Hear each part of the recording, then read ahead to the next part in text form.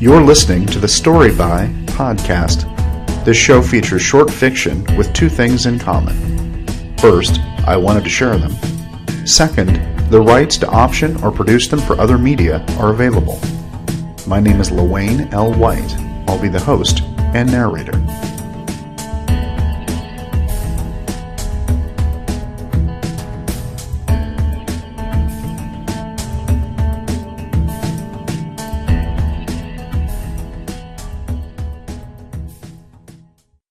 Hi, welcome back to the Story By podcast. Today continues our Halloween theme, though this time there aren't any supernatural monsters, just the human kind. I'll have some more comments after the show, but for now, sit back and listen to The Completist.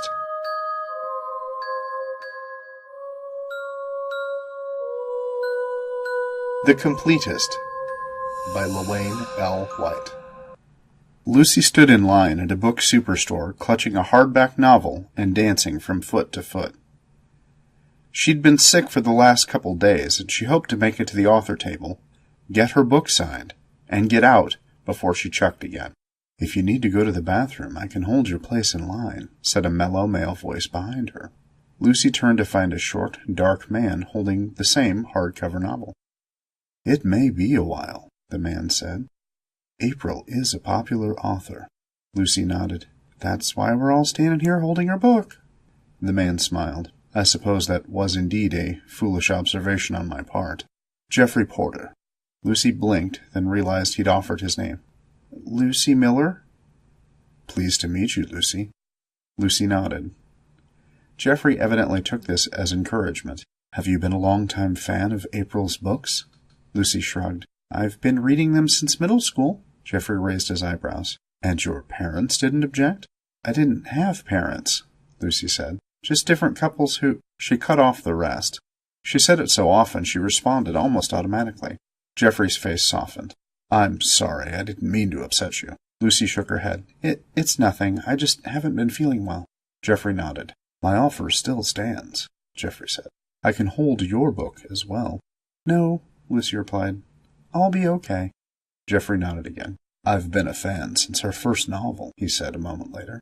"Down in the Dark scared me enough I couldn't enter our basement for weeks." Lucy smiled. "It scared me, too. Luckily, the couple that had me at the time lived in a mobile home. No basement." Geoffrey smiled back. "Was that the first of April's books you read?" "Nope. My first was Dark Rise. Some kids were passing a copy around in class." Geoffrey nodded, showing everyone the dirty parts. Lucy smiled. "Yeah, it got passed to me, and I read the seduction scene. Then I kept reading, until the guy behind me started poking at me to get me to pass it." "Have you read all her books?" Lucy nodded, then held up her copy of Dark Storms. "Well, except for this one. I just got it." She added, "It's the first one I ever bought new, in hardcover. I usually get used paperbacks. I'm trying to get through college, so I don't have a lot of—" Lucy reddened, then said, "How about you? You read all her stuff?" "Indeed," Geoffrey replied. "As soon as they come out, first editions, each signed and personalized." Lucy raised her eyebrows. "Wow, that's got to take some time. And money," she thought. Geoffrey nodded. "I happened to be in town on an errand, and this seemed a good time to get this one signed." With a hint of pride, he added, "I've collected at least one of nearly everything she's ever produced. I've even acquired some early manuscript notes and personal letters via auctions."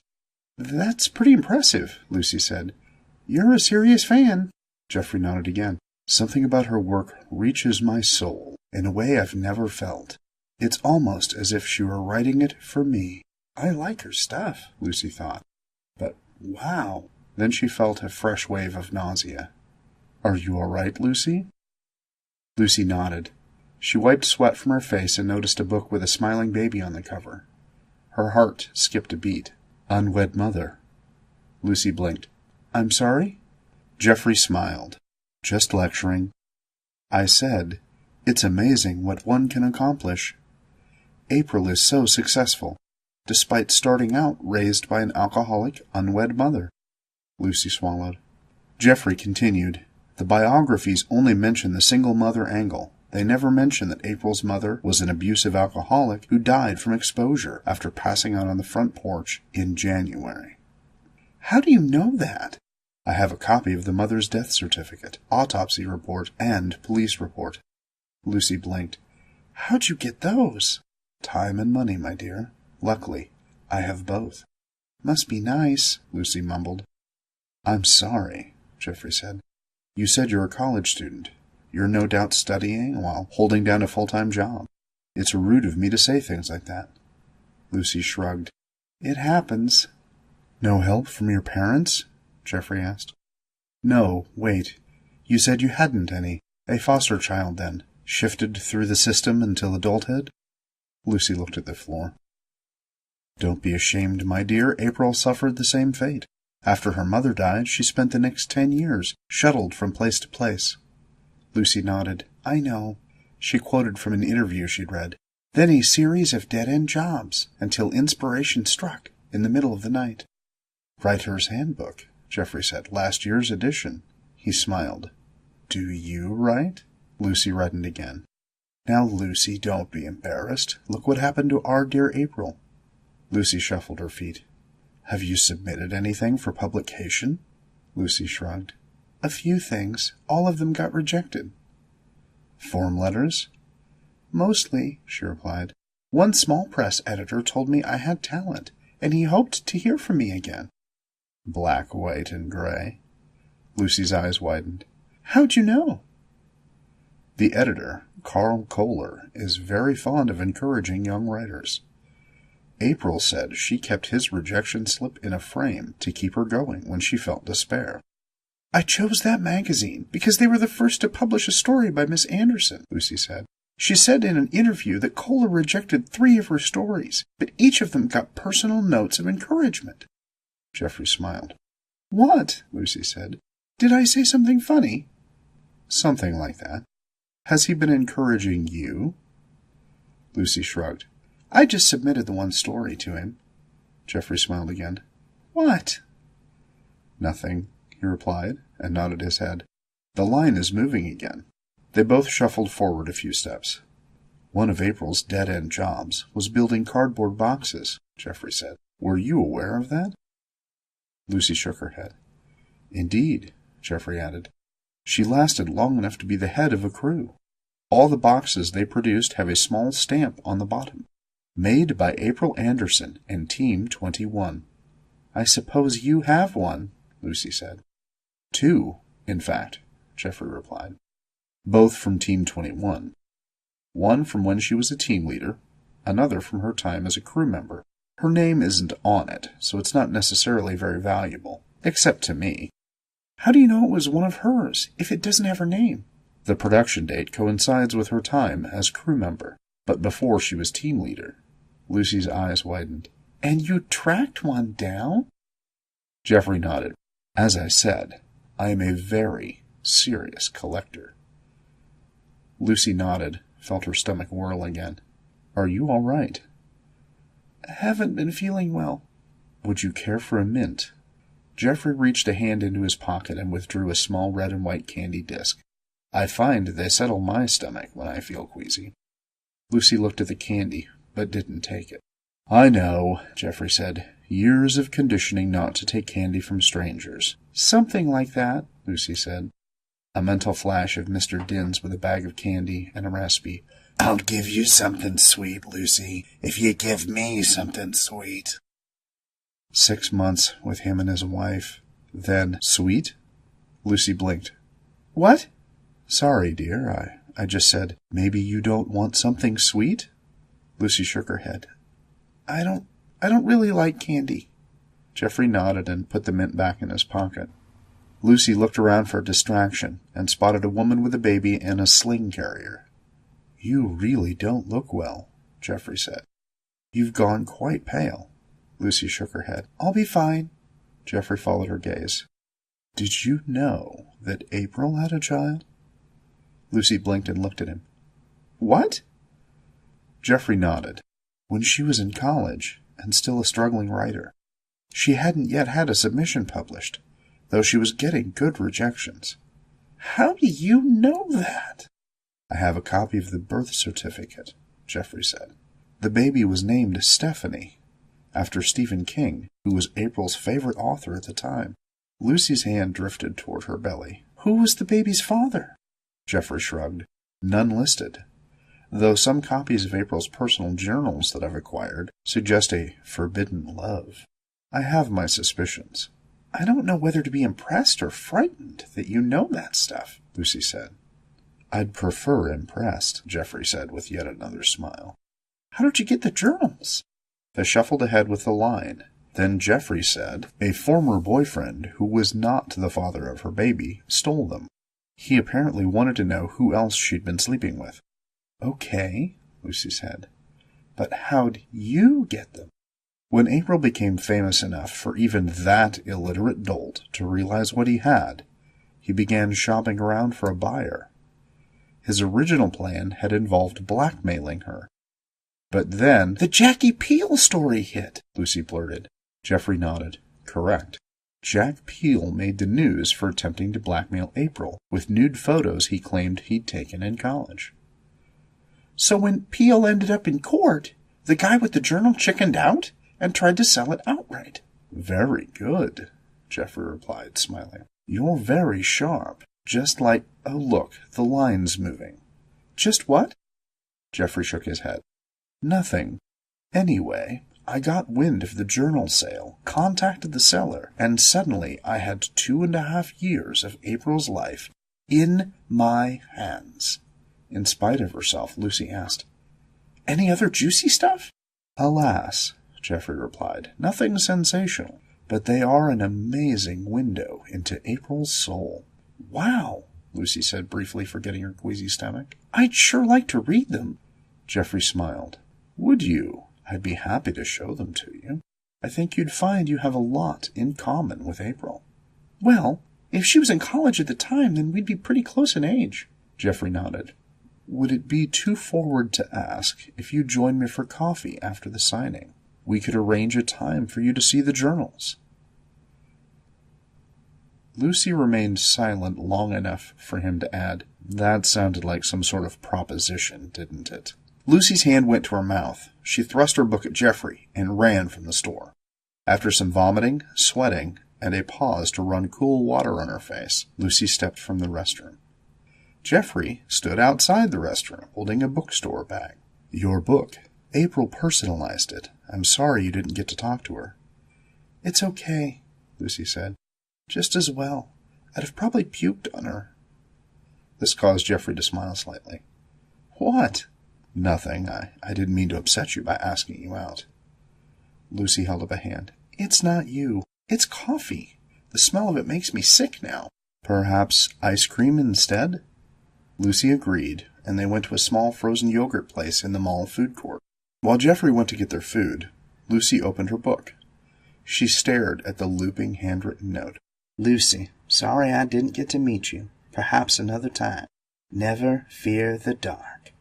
April Anderson. Lucy smiled.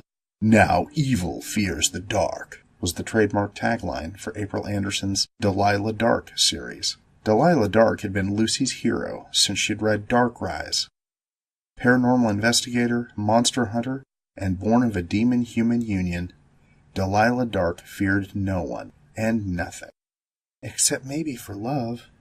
Lucy smiled, remembering all the times she'd wondered why, if Delilah liked the men she slept with enough to sleep with them, she never stayed with any of them. Always on to another adventure, longing for the man she'd just left, until it came time to kill another monster. You okay? Geoffrey asked, returning to the table with their frozen yogurt. Lucy nodded. Just looking at the book. You saw what she wrote. Lucy nodded again. It's cool. I wish I'd gotten to meet her, too. We could always go back and wait in line again. Lucy shook her head. Like the book says, perhaps another time. What did she write in yours? Geoffrey smiled and showed her his book. Jeff, it's always a pleasure to see you. Looking forward to next time. April Anderson. No, Never Fear the Dark? Geoffrey shrugged. I don't think she's ever written it in any of mine. He looked at her strangely and added, Guess that makes your copy special. They ate without speaking for a while. Then Lucy felt her stomach lurch. "Are you all right?" Geoffrey asked. "Sure," Lucy said. She pushed her cup aside. "But I think I'm done. "Still up to seeing the journals?" I think I'll pass." She moved to stand, but her legs felt weak, and she sat back in her seat. "Here, why don't I help you?" Geoffrey said. He got one arm around her and helped her up, then collected the book bags with the other hand. "I think I'm going to be sick," Lucy mumbled. "Possibly," Geoffrey replied, "but not until after you wake up." When Lucy did awaken, she saw from her watch that she'd lost 2 days. She also saw that she was imprisoned in a transparent box about the size of a dorm room. The box sat within a cavernous room lined with bookcases, display cases, and television screens. A pair of small lights shone down on her, and she shaded her eyes in an attempt to reduce the dull ache in her skull. Struggling to a sitting position, she looked around her cell. She sat on a tidy single bed along one wall of the cube. A small footlocker rested at the foot of the bed. A short bookshelf stood against the opposite wall. The other 2 walls each had a door, one leading out into the huge room, the other leading to another small chamber that she couldn't see because the walls seemed tinted. "Good morning," said Geoffrey's voice. Or, rather, good afternoon. Geoffrey stood outside her cell wearing a loopy smile. Lucy attempted to lunge toward him, but she wobbled and fell back onto the bed. "I apologize for the lingering effects of the sedative. I was unsure how much yogurt you might eat, so I laced it a bit heavily." Lucy's hand went reflexively to her belly. "The medical professional that supplied it assured me that sedative would be safe for your baby." "What are you going to do with me?" Geoffrey smiled. "Why, keep you, of course. Why?" As I said when last we spoke, I've collected at least one of nearly everything April Anderson has ever produced. In your case, I have a particularly unique specimen." "What?" "Oh, I'm sorry, my dear. Hadn't you realized?" Geoffrey said with a smile. "You're April's illegitimate daughter." Lucy stood frozen. "In town on an errand." I can't be." "I assure you, you are. I've even had an associate compare your DNA and hers. You are the daughter of April Anderson." Lucy felt her gorge rise. "One of everything she's produced." Concerned, Geoffrey said, "Are you all right? The door behind you leads to a lavatory." Lucy ran for the door, threw it open, and fell to her knees before the toilet. When she finished the final dry heaves, she repeated her cleaning and cooling ritual, then returned to her display case. "Would you care for some water?" Geoffrey asked. "Just the key to my cell," Lucy rasped. Geoffrey sighed. "I'm afraid that is not an option, my dear. You're here to stay." "You're crazy." "I suppose so. An obsession as serious as mine does suggest madness." "What happens when people start looking for me?" Geoffrey smiled. "Who?" Lucy stood silently, trying to think of an answer. "We both know you have no family, at least none who are aware of you. I know from watching you that between work and school you haven't time for friends. I'm surprised you had time to get pregnant." Lucy's hand clutched her belly. "Perhaps the baby's father?" When she said nothing, he added, "It wasn't Carl Kohler, was it?" Lucy's head came up. "What? The editor?" "I could be wrong, of course," Geoffrey continued, "but I suspect from April's journal that you were conceived during a visit to Kohler." "I've never met him," Lucy replied. "I just got that one rejection slip." "Probably best all around. Well, now that you're awake, would you care for something to eat?" "No, thank you," she replied, though she felt the emptiness in her stomach. "So now what?" Geoffrey shrugged again. "What do you need to be comfortable?" "Out of here." "No," Geoffrey replied with that damned irritating smile. "You're part of my collection now." "What are you going to do? Sit there and admire me? Pull up a chair? Watch my every move?" He shook his head. "It's simply enough to know that you're here, that I possess a piece of April that no one else has. And," he continued in a dreamy tone, "when it's time for you to have your baby, I'll add it to the collection. I'll have April's only child, as well as grandchild." Snapping back into reality, he added, "Now, as I said before, is there anything you need to make you comfortable?" Lucy sighed, then said, "Some tortilla chips to settle my stomach? Maybe a peanut butter sandwich? Maybe a glass of milk, too." Jeffrey nodded. Smooth peanut butter, grape jelly, crusts cut off, skim milk? Lucy blinked. "Yes, on the sandwich. 1% milk." He nodded and turned to leave. "Jeffrey?" He turned back. "May I have my book? The one she signed?" "Certainly, my dear." He turned and disappeared into the darkness. Lucy sat back on her bed and said, "What the hell are you going to do now?" Her eyes darted around the room, searching for something she could use to escape. She rose, still a bit wobbly, and returned to the blacked-out lavatory. A small sink, shower, and toilet occupied the space. A towel bar beside the sink held a washcloth and body towel. The hand towel she'd used lay crumpled on the floor. Shaking her head, she returned to her bedchamber. Jeffrey stood outside the cell, holding a plastic tray. Her food and her signed book lay on the tray, which Jeffrey passed through a small slot in the wall. "Your meal," he said. "I hope everything is satisfactory." Lucy surveyed the food, and cautiously took a bite of a tortilla chip. "Seems okay. You didn't dope it again, did you?" Jeffrey looked offended. "Certainly not." Lucy ate a few more chips. Jeffrey watched her for a few minutes, then looked at his watch. "Well, I have an appointment elsewhere. I'll be back soon." "What about me?" "What about you?" Jeffrey replied. "You have food, water. You even have your new book to occupy your time." "What if you have an accident and can't come back?" "Wishful thinking, my dear?" Lucy sighed. "I've taken precautions, dear Lucy," Jeffrey said. "If something happens to me, my associate Killdeer will come to collect you." "Then what?" Jeffrey shrugged. "That's up to him." Lucy sighed again. "I'll be home soon," Jeffrey said, and disappeared into the darkness again. Lucy sat on her bed and ate the sandwich and chips, pausing occasionally to drink her milk. She surveyed her surroundings, looking for any weakness she could exploit, but none presented itself. She examined the contents of the bookshelf, a variety of paperback April Anderson novels, the footlocker, socks, underwear, sweatpants, and T-shirts, all in her sizes, all the inexpensive discount clothing she wore. The lavatory, the cheap strawberry shampoo she used, the bluish dollar store liquid body soap and hand soap, her other toiletries.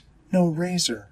Fuming, but unwilling to give Jeffrey the satisfaction of screaming and crying, Lucy eventually gave up and sat on the bed reading April's, my mother's, newest book.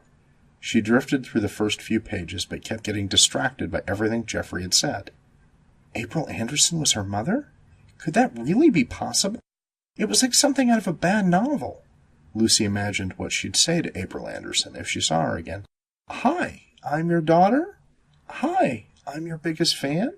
Except for the psycho that kidnapped me because I'm your daughter." Lucy threw her book at the wall. It bounced off like a fly hitting a window, then fell face down.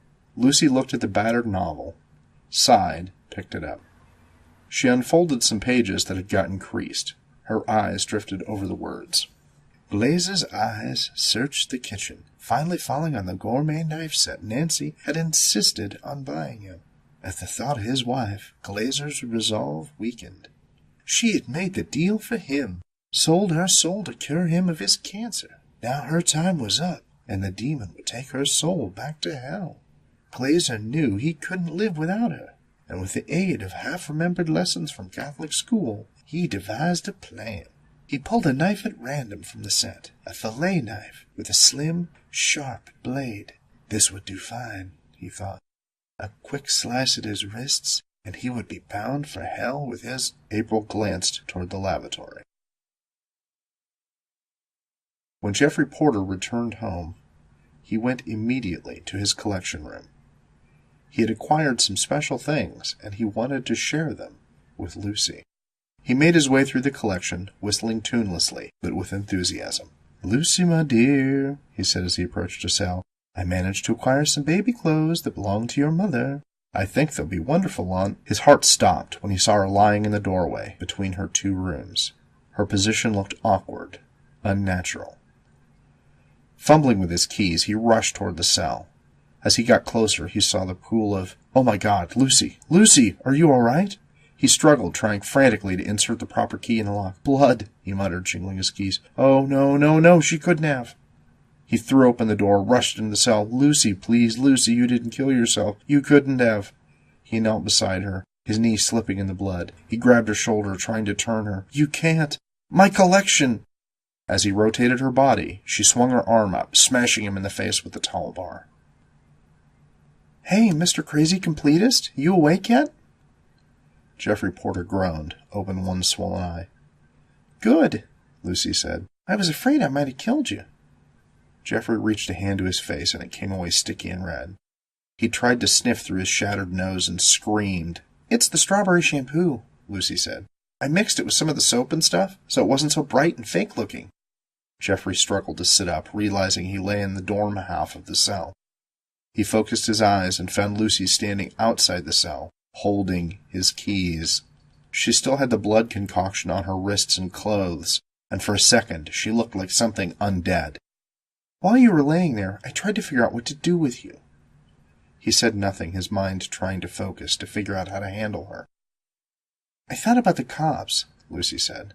"But a guy with time and money probably has lawyers and ways to stay out of jail." She jingled his keys again. "Then I thought about leaving you here, trapped, surrounded by all your stuff, wasting away from starvation. But then I thought of something really good." She hefted a bat. "According to the little tag on it, this was the bat April Anderson used the one season she played softball in high school." Lucy swung the bat, smashing several display cases. The sound of shattering glass mingled with Jeffrey's shriek of rage. "Stop!" he screamed. "Those are priceless!" "I'm just getting started, Jeffrey." Lucy moved off into the room, and Jeffrey's cries escalated as the sounds of shattering glass reached him from the darkness. "Oh, Jeffrey, I bet that was hard to find." Crash. "Panties, Jeffrey? Isn't that a little kinky?" Smash. Crash.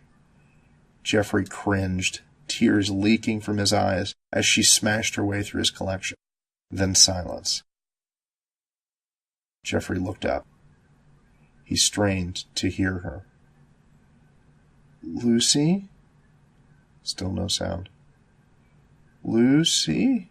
She suddenly appeared out of the darkness, and Jeffrey leapt back, shrieking in terror. Lucy tapped the bat against the cage wall. "How's it feel, Jeffrey? You like being on display?" Jeffrey wiped at his face, smearing the blood from his injuries into the shampoo. His eyes followed her, but he remained silent. "Maybe I should start a collection," Lucy said. "Maybe collect lunatics, celebrity stalkers." She banged the bat against the cell wall. "Well, Jeffrey, I would never have hurt you," he whispered. "Hurt me?" She slammed the bat harder against the cell. "Hurt me? You wanted to keep me, own me like a pet." Another crack of the bat against the cell. "Not even like a pet. People can love pets. You just wanted a souvenir, a keepsake." Lucy put down the bat, grabbed a ragged Delilah Dark novel from the floor, waved it at him. "A limited first edition, right? Like this book." Lucy sat on the back bumper of the ambulance while a medic checked her over. The doctor looked at her, smelled her. "Why, so it is. Why are you—" "That nut," she pointed toward Jeffrey, who was being hoisted on a gurney into another ambulance, "kidnapped me, and I used the shampoo to fake a suicide." "So you could escape?" He motioned for her to sit on the gurney as he said, "Very clever. Any idea why he kidnapped you?" "He thinks I'm the daughter of somebody important." The doctor uncoiled his stethoscope from around his neck and said, "Really?" Lucy nodded. The doctor eased her back and said, "Lay down, and we'll take a look at you." Lucy lay back on the gurney, and the doctor wrapped a blood pressure cuff around her arm. He placed the stethoscope diaphragm against her arm as he inflated the cuff. "And are you?" "The daughter of someone important?" Lucy said. "Yes." "I guess I'll have to have it checked out." The doctor looped his stethoscope back around his neck. Then he unwrapped the cuff with one hand and threw a strap across Lucy's chest with the other. "That won't be necessary, my dear," the doctor said. "I already have." He clamped a hand over Lucy's mouth, stifling her scream. Then he brandished a syringe and jabbed the needle into Lucy's arm. Lucy struggled, eyes wide with terror. After a moment, her body relaxed. The doctor leaned forward, kissed her forehead, and said, "You're part of my collection now." As he leaned back, his stethoscope dangled before Lucy's eyes, and she saw the name tag. G. Killdeer, M.D. My associate Killdeer will come to collect you. Then darkness overcame her.